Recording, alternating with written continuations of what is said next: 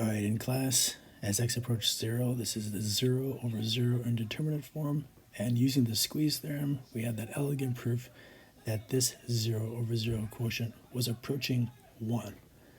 Well, here we also have an indeterminate form of 0 over 0, but we know probably from last year that that's equal to 0. And the first part of today's assignment was prove that this is 0. So we're going to prove the green one. We'll start by using this common technique. And then the numerator's product is 1 minus cosine squared. And the denominator is just the product of those two terms. All right, we know that the numerator is sine squared because of the Pythagorean identity. If you solve for sine squared, it's equal to 1 minus cosine squared, our numerator.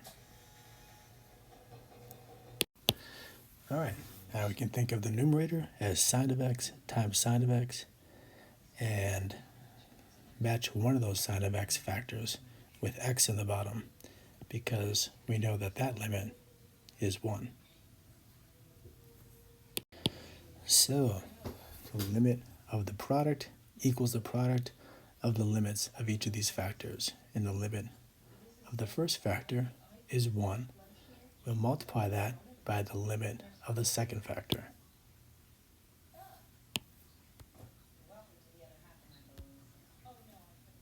And is this limit an indeterminate form? Well, using direct substitution. As x approaches 0, our numerator is approaching 0, our denominator is approaching 1. That is pretty determined or determinable quotient. 0 over 1, it's approaching 0. And 1 times 0 is 0.